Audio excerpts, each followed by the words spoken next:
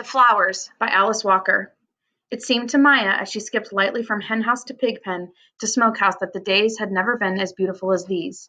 The air held a keenness that made her nose twitch. The harvesting of the corn and cotton, peanuts and squash, made each day a golden surprise that caused excited little tremors to run up her jaws.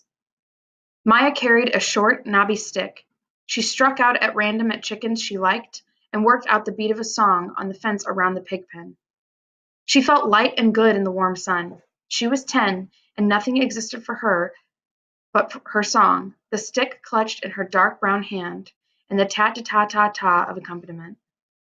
Turning her back on the rusty boards of her family's sharecropper cabin, Maya walked along the fence till it ran into the stream made by the spring. Around the spring, where the family got drinking water, silver ferns and wildflowers grew.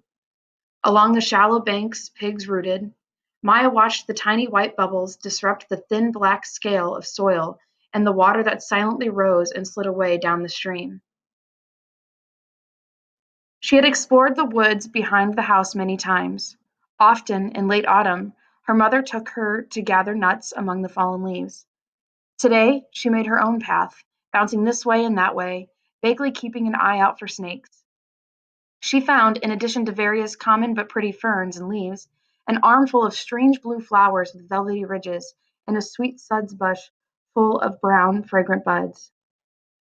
By 12 o'clock, her arms laden with sprigs of her findings, she was a mile or more from home.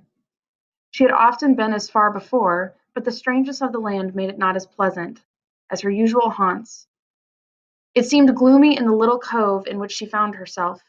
The air was damp, the silence close and deep. Maya began to circle back to the house, back to the peacefulness of the morning. It was then she stepped smack into his eyes. Her heel became lodged in the broken ridge between brow and nose, and she reached down quickly, unafraid, to free herself. It was only when she saw his naked grin that she gave a little yelp of surprise. He had been a tall man, from feet to neck covered a long space. His head lay beside him. When she pushed back the leaves and layers of earths and debris, Maya saw that he had large white teeth, all of them cracked or broken, long fingers and very big bones. All his clothes had rotted away, except some threads of blue denim from his overalls. The buckles of the overall had turned green. Maya gazed around the spot with interest. Very near where she'd stepped into the head was a wild pink rose. As she picked it to add to her bundle, she noticed a raised mound, a ring around the rose's foot. It was rotted remains of a noose, a bit of shredding plow line, now blending benignly into the soil. Around an overhanging limb of great spreading oak clung another piece, frayed, rotted, bleached, and frazzled, barely there, but spinning restlessly in the breeze. Maya laid down her flowers, and the summer was over.